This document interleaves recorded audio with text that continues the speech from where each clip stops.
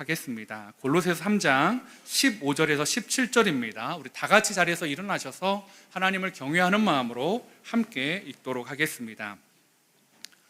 제가 먼저 봉독하겠습니다. 그리스도의 평강이 너희 마음을 주장하게 하라. 너희는 평강을 위하여 한 몸으로 부르심을 받았나니 너희는 또한 감사하는 자가 되라. 그리스도의 말씀이 너희 속에 풍성히 거하여 모든 지혜로 피차 가르치며 권면하고 시와 찬송과 신령한 노래를 부르며 감사하는 마음으로 하나님을 찬양하고. 함께 읽겠습니다. 또 무엇을 하든지 말에나 일에나 다 주 예수의 이름으로 하고 그를 힘입어 하나님 아버지께 감사하라. 아멘. 자리에 앉아주시기 바랍니다. 67년 동안 특별히 인도라는 나라를 위해 선교에 힘쓴 선교사님이 계신데 그분의 이름이 스탠리 존스라는 선교사님이셨습니다. 67년을 정말 한 나라를 위해 선교하고 또 무엇보다도 여러 가지 선교 이론이나 여러 가지 면에서 참 선교 사역에 이바지한 부분이 너무 커서 이 미국 타임지에서 이 세계에서 가장 위대한 선교사를 뽑을 때 이분이 뽑힌 적이 있었습니다.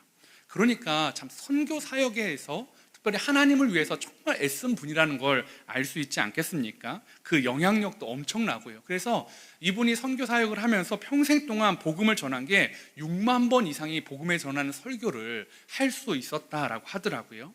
그러니까 정말 복음을 위해 사신 분. 그런데 이분이 1971년 12월 8일 새벽 2시에 이 뇌졸중으로 쓰러지게 됩니다. 근데 이 쓰러지는 그 전에도 약 2달간 일본 전도 여행을 하고 돌아왔고요. 지금 그 쓰러지는 날도 다음 날 이제 또 집회를 준비하면서 이 강사방에서 쉬고 있다가 새벽에 화장실을 다녀오는 중에 그만 쓰러지게 되었다라는 것입니다. 근데 강사방이다 보니까 혼자 쓰다 보니까요. 아침이 될 때까지 아무도 이분을 찾아오지 않는 겁니다. 다음 날 아침에 이제 사람들이 왜 강사 목사님이 선교사님이 안 나오십니까? 찾아와 봤는데 뭐 문을 두드려도 안에서 잠겨 있고 그래서 창문을 통해서 들어갔더니 이 목사님이 이제 쓰러져 있었다라는 거죠. 그래가지고요 그 긴 시간을 방치돼 있다 보니까 결국 선교사님이 왼쪽 팔과 다리를 전혀 못 쓰게 되었습니다. 그리고 오른쪽 얼굴도 마비가 되어서 축 늘어지게 되고 시력과 청력에 심각한 손상을 입어서 정말 무기력한 모습이 되어버렸다라는 거죠. 그냥 뭐 이제 집회를 인도하고 자시고 할 것이 아니라 일상생활이 어렵게 되었다라는 거죠. 근데 이때의 나이가 무려 이분이 88세였습니다. 그러니까 평생을 하나님께 헌신했던 분. 근데 정말 주를 위해 헌신했던, 그리고 주를 위해 헌신하기 위해 집회 장소에 가서 그걸 준비하고 있는 이분에게 주어진 게 뭐예요? 자신의 의지대로 할 수 없는 몸, 글씨조차도 알아볼 수 없는 시력들, 카세트, 자신의 설교가 들려오는 카세트 녹음기에서 들려오는 자신의 목소리조차 알아들을 수 없는 그 청력을 갖게 되었다라는 거죠. 그러니까 이분에게 이제 그동안 당연했던 것들이 다 불가능한 것들이 되어버렸습니다. 의사가 이렇게 이야기했습니다. 제가 걸을 수 있나요? No, 안 됩니다. 그럼 제가 설교를 할 수 있나요? No, 안 됩니다. 라고 말했다라는 거죠. 안 되는 거 투성이었습니다. 자기의 설교문을, 이분은 베스트셀러 작가이기도 한데요. 자기가 썼던 책을 보기도 쉽지 않고요. 말하는 것도 쉽지 않은 모습이었다라는 거죠. 그때 내 인생이 이제 노구나, 하나님 앞에 거절당했구나 라는 그런 모습과 같은 모습으로 살아가야 될 때 그분 앞에, 그분의 마음에 파고드는 한 말씀이 있었는데 그게 고린도전서 1장 19절에서 20절 말씀이었습니다. 제가 세 번역으로 한번 읽어드릴게요. 나와 실로아노와 디모데가 여러분에게 선포한 하나님의 아들 예수 그리스도께서는 예도 되셨다가 동시에 아니오도도 되신 분이 아니었습니다. 그리스도 안에는 예만 있을 뿐입니다. 하나님의 모든 약속은 그리스도 안에서 예가 됩니다. 그러므로 그리스도로 말미암아 우리는 아멘 하면서 하나님께 영광을 돌리는 것입니다. 그리스도 안에는 예만 있대요. 아니요, 예, 뭐 이게 아니라 예만 있다는데 이게 우리가 이 세 번역으로 봐도 좀 여러분 의미가 잘 안 다가올까봐 이분의 책에서 이렇게 번역하더라고요. 어떻게 번역하냐면 그 제임스 모펫이라는 분이 개인적으로 성경을 이렇게 번역한 부분을 이분이 인용해서 보여주는데 제가 그 제임스 모펫의 번역본을 한번 읽어드릴게요. 19절 20절을 이렇게 번역합니다. 하나님의 예스가 마침내 그리스도 안에서 울려 퍼졌습니다. 이는 하나님의 모든 약속들을 긍정하는 예스가 그리스도 안에 있기 때문입니다. 하나님의 예스가 마침내 예수님 안에서 울려 퍼졌대요. 이게 무슨 말이냐라고 봤더니, 여러분, 예수님이 오기 전에는 하나님의 말씀이 예스인지 아닌지를 불분명했던 시대가 있었다라는 거죠. 왜요? 하나님의 평강이 아직 오지 않았으니까 의심하는 사람도 있었을 거 아닙니까? 진짜 메시아가 오나? 진짜 이루어질까? 죄의 문제를 완전히 해결할 수 있을까? 해결받을 수 있을까? 많은 사람들이 그것들에 대해서 고민하고 어쩌면 그것들을 생각했을 것입니다. 그런데 그 모든 하나님의 약속의 증거인 예수 그리스도가 이 땅에 오심으로 인해서 나머지 모든 말씀이 이루어진다는 확신이 되었다라는 거죠. 하나님의 말씀들이 이루어진다는 하나님의 예스가 예수 그리스도다라는 것이 이분의 표현이다라는 거죠. 그래서요, 이분이요, 그러면 하나님의 예스냐고요? 걷지도 못하고, 그죠? 뭐 설교하는 것도 쉽지 않은 모든 것이 노인데 이분이 어떻게 하나님의 예스라는 말씀을 붙잡았을까? 예수님을 믿는 분이니까 이분에게 붙잡고 이 말씀이 이루어질 것입니다 라고 붙잡은 말씀이 뭐냐면 사도행전 말씀이었습니다. 성전 미문에 있는 안진뱅이를 향해서요, 뭐라고 얘기합니까? 내게 은과 금은 없거니와 내게 있는 것 나사렛 예수 그리스도의 이름으로 일어나 걸어라. 이 말씀이 모든 사람은 의사도 안 된다고 했습니다. 그런데 이 스탠리 존스라는 목사님에게 하나님 이 말씀은 예스입니다. 의사는 노라고 말하는데 이 말씀은 예스입니다. 근데 이걸 외칠 수 있는 힘이 없는 거예요. 재활을 도와주는 사위에게 재활을 할 때마다 틈틈이 이 말씀을 외워달라고 한 겁니다. 선포해달라고 한 거예요. 그리고 이때마다 선교사님이 아멘, 예스, 맞습니다. 하나님 그렇게 될 줄 믿습니다. 예수님을 믿는 나는 이 말씀도 이루어질 줄 믿습니다 라고 고백하면서 재활을 했다라는 거죠.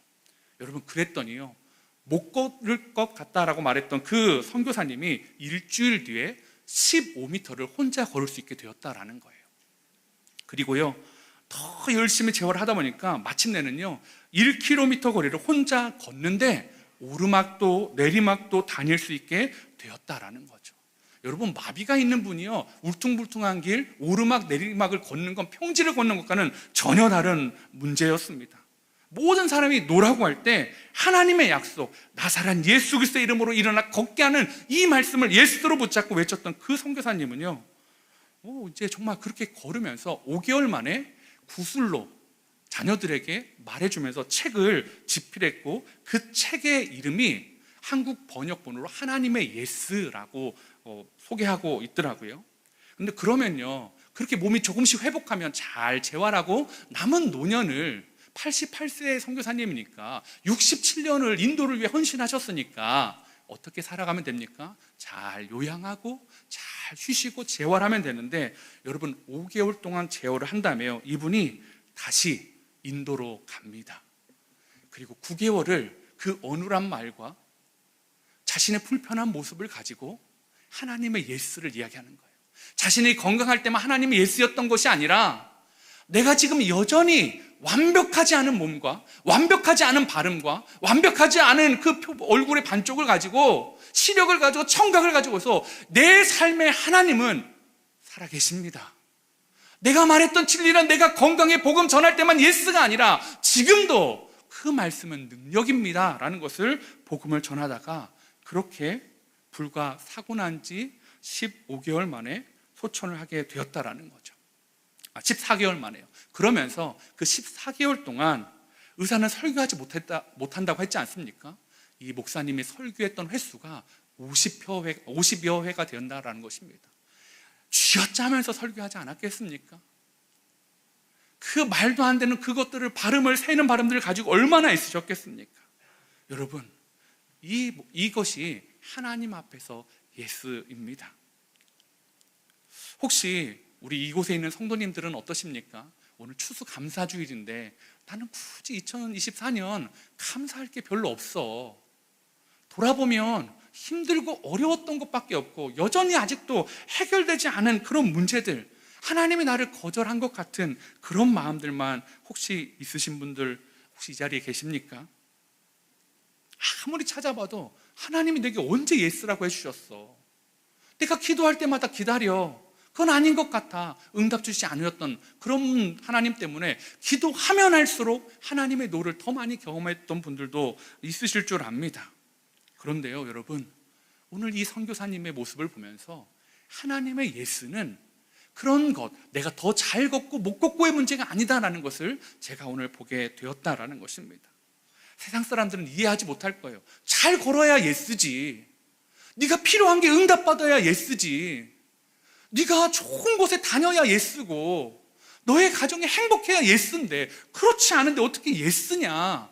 여러분, 그 모든 슬픔보다 우리를 사랑하시는 예수님의 사랑이 훨씬 크다는 걸 여러분 믿으십니까? 그때에 우리는 하나님의 그 주시는 고통 앞에서 예스를 외칠 수 있지 않을까요? 오늘 이 본문 15절에 보니까 어떻게 하나님의 예스를 선포할 수 있을까를 이야기하는데 이렇게 말합니다. 세 번역에 이렇게 이야기하고 있어요. 그리스도의 평화가 여러분의 마음을 지배하게 하십시오. 이 평화를 누리도록 여러분은 부르심을 받아 한 몸이 되었습니다. 또 여러분은 감사하는 사람이 되십시오. 여러분, 어떤 사람이 되라고 말하고 있죠? 감사하는 사람이 되라라고 말하고 있습니다.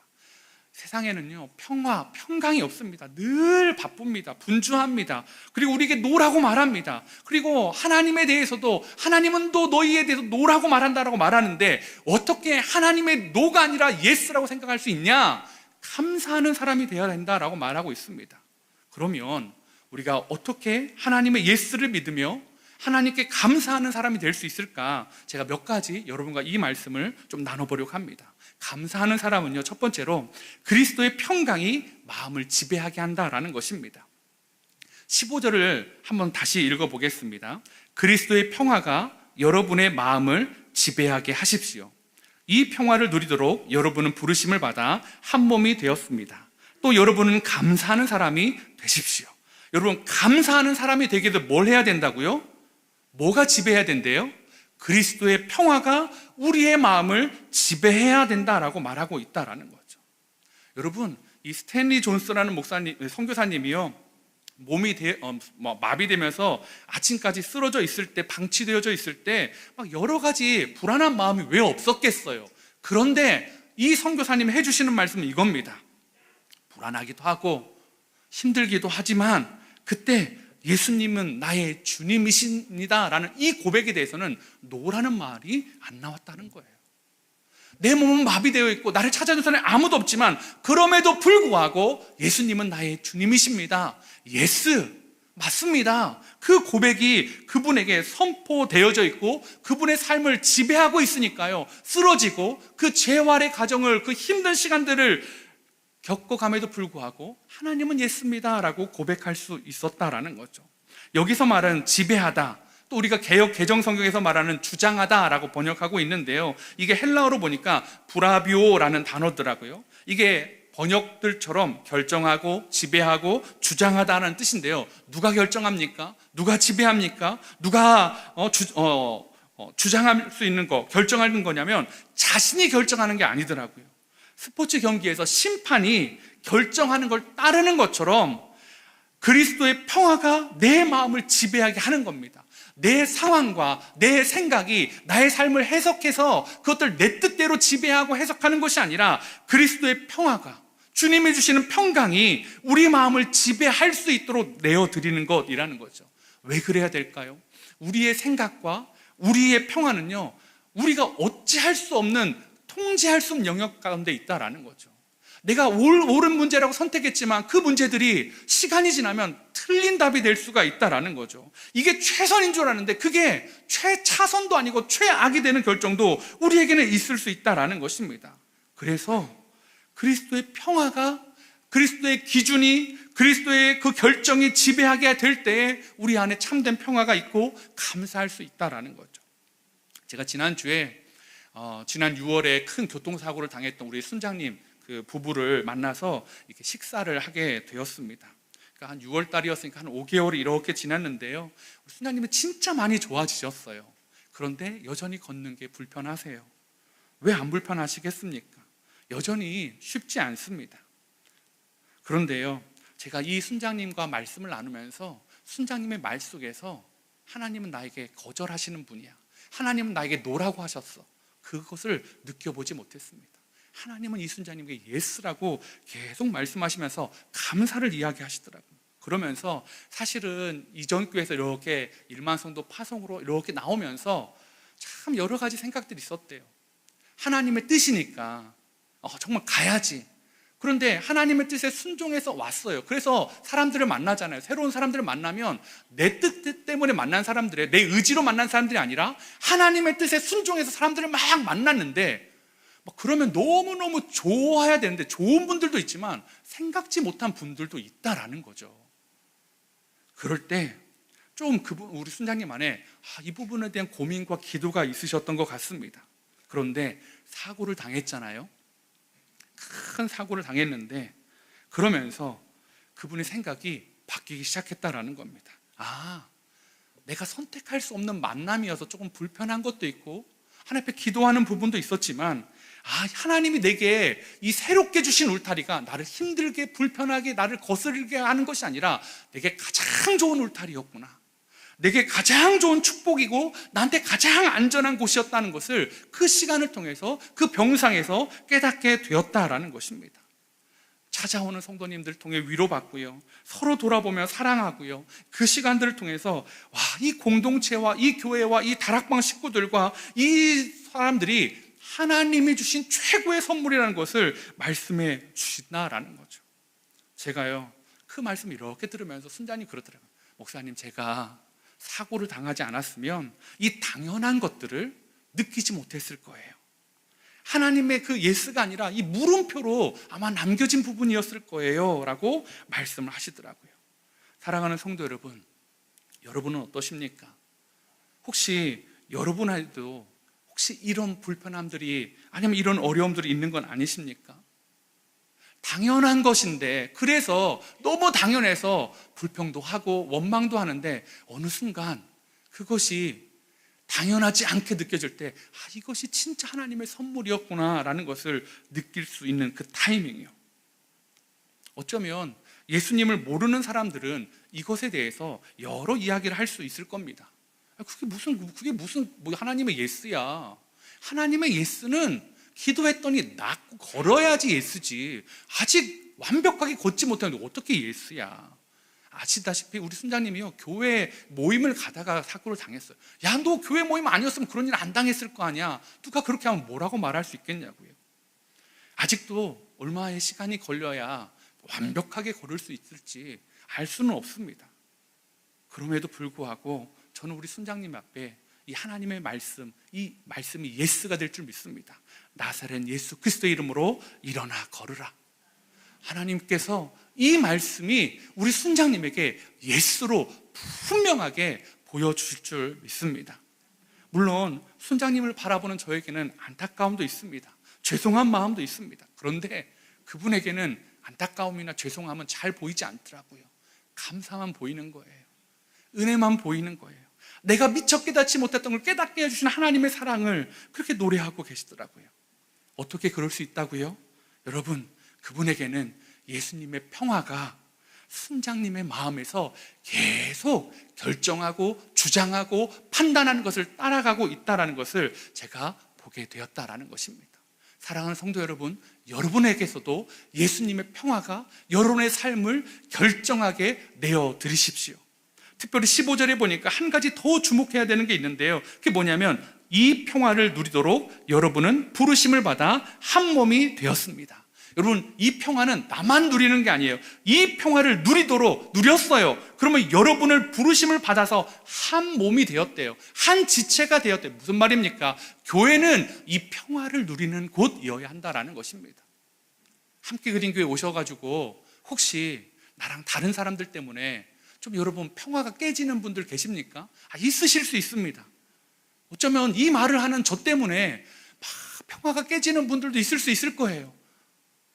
여러분, 그럼에도 불구하고요, 교회는 그런 곳이 아닙니다. 만약에 그렇다면 우리 교회가 바뀌어야 됩니다. 어떻게 해요? 서로 평화를 보여주는 공동체, 서로 하나님의 예스를 보여주는 공동체. 그냥 모든 게 기도하면 다 척척척 잘 돼서 하나님의 예스가 아니라 너무너무 힘들고 어렵고 아프지만 그 안에서 주님이 나의 왕이십니다. 예스. 주님이 나와 함께 하십니다. 예스. 주님이 여전히 나를 사랑하십니다. 예스. 하나님의 말씀이 이루어질 줄 믿습니다. 예스. 그 예스를 붙잡고 삶으로 인해서 여전히 고통 가운데 노래하고 힘들어하지만 서로가 서로에게 하나님의 예스를 보여주는 그러한 사람들이 되어야 한다라는 것입니다.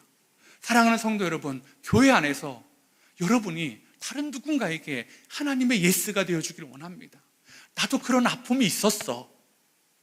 나도 눈물 흘렸어. 그런데 하나님이 해결해 주시더라. 하나님이 나도 아직 해결되지 않는데 하나님이 여전히 나한테 살아계신 분이야. 하나님이 그렇게 할 줄 믿어. 나 견뎌왔는데 당신도 좀 그렇게 해봐. 여러분, 그 하나님의 평화를 선물하는 아름다운 공동체, 그래서 감사가 넘쳐나는, 감사하는 사람들이 있는 함께 그린 교회가 되기를 소망해 봅니다. 감사하는 사람은요, 그리스도의 말씀이 풍성히 살아 있어야 한다라고 성경은 말하고 있습니다. 이 마음의 평안, 어떻게 주장할 수 있는 방법, 바울은 딱 꼭 집어서 한 가지를 이야기하는데요. 우리 16절 새 번역인데 우리 한번 같이 읽어보도록 하겠습니다. 시작. 그리스도의 말씀이 여러분 가운데 풍성히 살아있게 하십시오. 온갖 지혜로 서로 가르치고 권고하십시오. 감사한 마음으로 시와 찬미와 신령한 노래로 여러분의 하나님께 마음을 다하여 찬양하십시오. 예, 감사한 마음으로 시와 찬미와 신령한 노래로 여러분의 하나님께 마음을 다해 찬양하십시오 라고 말하는데 어떻게 할 수 있다고요? 뭐가 있어야 된대요? 그리스도의 말씀이 있어야 된대요. 여러분, 기준이 없으면 흔들릴 수밖에 없습니다. 제가 얼마 전에 이 여군들이 무슨 이렇게 서바이벌처럼 하는, 경쟁하는 프로그램을 봤는데요. 그 707이라는 그 특수부대 여성분들이 막 하는데요. 그 IBS라는 고무보트를 타고 막 이렇게 경쟁을 하더라고요. 그러니까 뒤에는 이제 다른 부대, 특수부대원들이 막 쫓아오고 있는 거죠. 근데 IBS에 4명의 이제 한 팀이 타서 막 하는데요. 막 그 707 여성분들이 막 앞서 나가고 있었어요. 아, 그렇게만 나가면 뭐 이길 것 같았어요. 그런데 문제가 발생했어요. 뭐냐면 육지를 점점 가까워지는데 이 구령을 지휘를 하는 사람이 2명이 된 거예요. 앞에 한 사람, 뒤에 한 사람이 다른 얘기를 하는 거예요. 앞에 있는 사람은 예를 들어서 왼쪽만 져, 오른쪽은 젓지 마, 뭐 이렇게 외치는 거예요. 근데 뒤에 있는 그 중사라는 분은 이렇게 얘기하는 거예요. 양쪽 다 져! 뭐 하는 거야! 막 소리를 막 고래고래 지르고요. 그러다 보니까 이 나머지 2명이 누구 말을 들어야 될지 모르겠는 거예요. 막 서로 소리치니까요. 막 배가 막 더 날개단시 막 갈까요? 아우, 소리 듣기 싫다, 빨리 가자 이럴까요? 아니요. 배가 한 자리에서 빙글빙글 선회를 하더라고요. 앞으로 나가지 못해서 뒤에서 막 추격을 받는 거예요. 막 뒤에 있는 사람은 지금이 기회다고 막 젖고 막 난리가 났더라고요. 왜 그럴까요? 이렇게 하자 저렇게 하는 기준이 다르기 때문이에요. 한 사람은 왼쪽만 저어야 된다, 한 사람은 다 저어야 된다. 나중에는 그래가지고요, 막 소리를 치다가 한 사람이 야, 너 조용히 해! 그냥 뒤에 있는 사람 말을 들어. 그래서 한 사람이 명령계통에서 하니까 결국은 앞으로 나아가더라고요. 여러분에게 혹시 이 문을 나가면 하나님의 말씀이 아니라 다른 것들이 자꾸 들려지는 거 아닙니까? 왼쪽만 적어야 돼. 왼쪽으로 가면 더 빨리 갈 수 있어.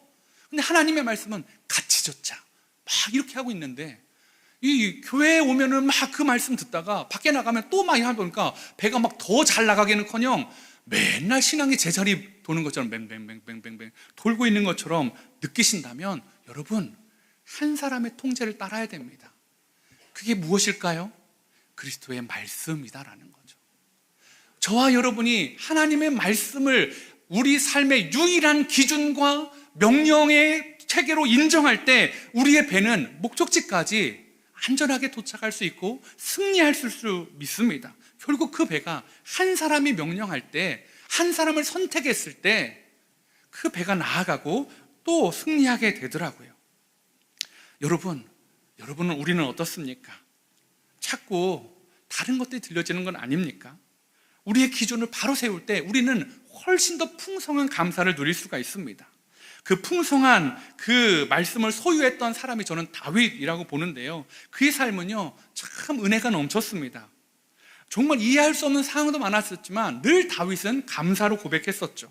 그 시편 34편 8절 9절은 그러한 말씀 중에 아주 빛나는 말씀인 것 같습니다. 34편 8절 9절에 이렇게 말합니다. 너희는 여호와의 선하심을 맛보아 알지어다. 그에게 피하는 자는 복이 있도다. 너희 성도들아 여호와를 경외하라. 그를 경외하는 자에게는 부족함이 없도다. 이 부분만 보면 엄청나게 다윗이 지금 하나님의 선하심을 맛본 줄 알 것 같아요. 하나님께 피해가지고 막 복을 엄청 누리고 있고 부족함이 하나도 없는 상황인 것 같아요. 그런데요, 이 시편 34편의 표제어는요, 우리가 잘 아는 사건을 기반으로 하고 있습니다. 다윗이 아비멜렉 앞에서 미친 채 하다가 쫓겨나면서 지은 시. 여러분, 막 미친 채 하면서 겨우 생명을 구했어요. 근데 거기에 무슨 하나님의 선하심이 있냐고요. 다윗이 맛본 건 자신의 연기력이었어요. 대박. 정말 어떻게 그 순간에 그 생각이 떠올랐지? 그거 아니었으면 나 죽었을 텐데. 나 연기력 정말 좋아. 와, 난 정말 배우가 됐어야 돼. 이런 생각을 했어야 될 텐데, 다윗은 그걸 얘기하지 않아요. 하나님의 선하심을 맛봤대요. 자신의 연기력을 맛보고 자신의 임기응변의 능력을 맛본 것이 아니라 하나님의 선하심을 맛봤고 하나님께 피했고, 그래서 나는 하나님께 부족함이 없다라고 말하고 있다라는 것입니다. 조금도 사실 평강이 없는 상황입니다. 하나님의 예수도 안 보입니다. 그런데 다윗은 여전히 하나님은 선하시고 부족함이 없다라고 말해요. 왜요? 도망가고 미친 채 했지만 그 안에 하나님의 말씀이 살아있기 때문인 거죠. 하나님의 말씀이 여전히 미친 채 하는 상황에서도 나는 널 사랑해. 아멘. 예수입니다. 난 널 왕으로 만들어줄 거야. 아멘. 예수입니다. 그 바쁘고 힘든 상황 가운데서 나는 너를 결코 포기하지 않아. 하나님, 아멘, 예수입니다. 여러분, 하나님의 말씀이 있을 때 이렇게 살아갈 수 있습니다. 여러분에게 하나님의 말씀이 있으십니까? 혹시 성경 읽기 열심히 하고 계십니까? 아주 먼 옛날 2024년 1월 1일 우리는 약속했습니다. 그리스도의 성경 읽기를 통해 하나님의 말씀을 가까이 해보자고. 그 이야기가 아주 먼 옛날 약속처럼 희미한 뿌연 안개 속에 그게 어디 있더라? 그게 뭐더라? 혹시 생각나는 분들 있으십니까? 사랑하는 성도 여러분, 그때 좀 시작했으면 우리 그런 속담이 있잖아요. 시작이 반이다. 반 했으니까 마무리 좀 하면 한 3분의 2 정도는 되는 거 아닐까요? 목사님 그때 창세기 1장밖에 안 했어요. 괜찮아요. 왜요? 내년에 여러분과 말씀을 더 잘 읽기 위한 방법들을 준비하고 있습니다. 좀 진짜 준비하고 있으니까요. 내년 또 올해 송구영신 예배 1월 1일 딱 되면서 여러분과 함께 어떻게 하면 더 집중적으로 여러분 같이 동시에 말씀 이렇게 할 거 짜잔 하고 보여드리려고 하니까요. 그때까지 그럼 기다릴게요. 아니요. 지금 그냥 어딘지 목사님 어디 펴야 돼요? 그 읽기표 어디 있어요? 묻지 마세요. 그냥 정 안 되면 마태복음을 피셔도 되고 누가복음을 피셔도 되고 마가복음을 피셔도 되고 요한복음을 피셔도 됩니다. 말씀을 피십시오. 왜요? 말씀을 읽어야 그게 아니라 말씀이 기준이 돼야 되는데 기준이 없으니까 자꾸 이상한 소리가 들어오니까 기준 세우시라고요. 이 남은 11월과 12월 하나님의 말씀을 기준으로 삼고 감사하는 저와 여러분 되시기를 소망합니다. 감사하는 사람 마지막 세 번째는요, 예수님이 주시는 힘으로 행동한다라는 것입니다. 마지막 17절에 이렇게 말합니다.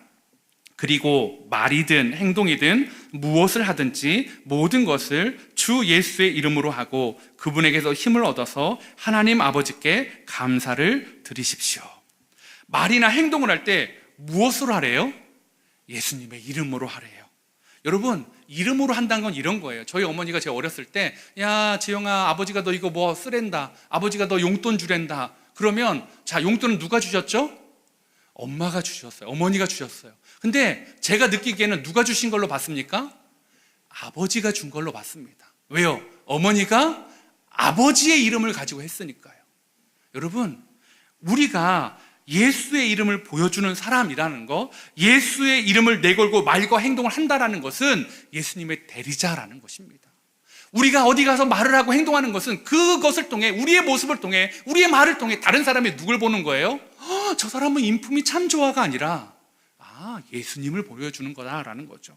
베드로전서 4장 11절은 그 말씀을 더 이렇게 풀어줍니다. 만일 누가 말하려면 하나님의 말씀을 하는 것 같이 하고 누가 봉사하려면 하나님이 공급하시는 힘으로 하는 것 같이 하라. 이는 범사에 예수 그리스도로 말미암아 하나님이 영광을 받으시게 하려 함이니 그에게 영광과 권능이 세세에 무궁하도록 있느니라. 아멘. 사랑하는 성도 여러분, 저와 여러분의 말과 행동에서 누가 보여야 된다고요? 예수님이요. 좀 보여주고 계십니까? 저는요, 우리 순장님, 지난주에 식사했던 그 순장님의 말과 눈빛과 행동에서 예수님을 보았습니다. 예수님을 경험했습니다. 아, 이분은 진짜 예수님을 말하고 보여주는 분이구나. 예수님에게서 힘을 얻어서 이 고백을 하고 있구나라는 것을 느꼈습니다. 세상은 다리가 다 나아야 하나님의 예스라고 얘기하는데요. 언제 우리 순장님이 하나님의 예스를 경험했다고요? 병상에서요. 너무 아파서 마약성 진통제를 너무 맞아야 되는데 그 고통이 계속 막 계속 그 주사 버튼을 누르는 그 순간에, 수술을 여전히 더 해야 되는 그 일정을 알 수 없는 그 순간에, 모든 것이 불투명할 때 하나님은 나에게 최선의 것을 주셨습니다. 하나님은 나에게 안전한 분이십니다. 하나님은 나에게 좋은 울타리를 주셨습니다 라고 말할 수 있는 이유가 어디에 있겠습니까? 스탠리 존스 선교사님도 마찬가지입니다. 67년을 선교했는데 뇌졸중으로 쓰러지면서 그 쓰러지기 직전에도 일본 선교를 다녀왔고 또 집회를 준비하는데 결국 그 밤에, 그 새벽에 쓰러지고 몸이 마비가 되고 어눌해지고 인생의 남은 시간들이 참 아름답지 않은 모습처럼 보여지지만 어디서 은혜를 찾고 감사를 찾으십니까? 산산이 부서진 자신의 왼쪽 몸과 어눌한 입술과 잘 보이지 않는 시력과 들리지 않는 청각이 아니라 어디에서요? 하나님의 약속이 이루어질 걸 믿는 것에서 하나님의 감사와 예스를 찾고 있다라는 것입니다.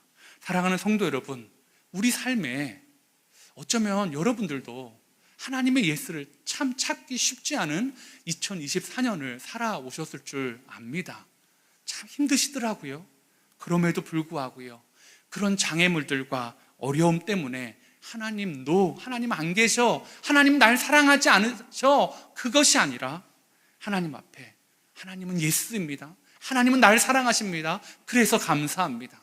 하나님은 나를 치유하실 줄 믿습니다. 여전히 낫지 않았지만 병성에서 하나님의 예스를 노래합니다. 하나님 기적을 소망합니다. 하나님의 은혜를 붙잡습니다. 하나님의 예스를 붙잡고 감사하는 저와 여러분 되시기를 소망해 봅니다. 우리 시간에요, 이 말씀을 생각하면서 찬양을 할 텐데요, 여러분, 오늘 설교 제목이 이겁니다. 나는 감사하는 사람입니다. 왜요? 주님이 우리에게 명령하셨으니까요. 너는 감사하는 사람이 되라. 우리 한번 저를 따라 외쳐보시겠습니까? 나는 감사하는 사람입니다. 제가 질문하면 그렇게 대답해 주시면 됩니다. 여러분은 누구십니까? 2024년 여러분 가운데 험난하고 어려운 일이 있음에도 불구하고 여러분은 어떤 분들이십니까? 내 주위에 내 마음을 아프게 하고 나를 힘들게 하는 사람들이 있음에도 불구하고 여러분은 어떤 분이십니까? 여러분, 첫 번째와 두 번째는 좀 크던데 왜 세 번째는 좀 적어지세요? 저만의 느낌입니까? 여러분의 배우자는 여러분에게 감사하는 사람입니까?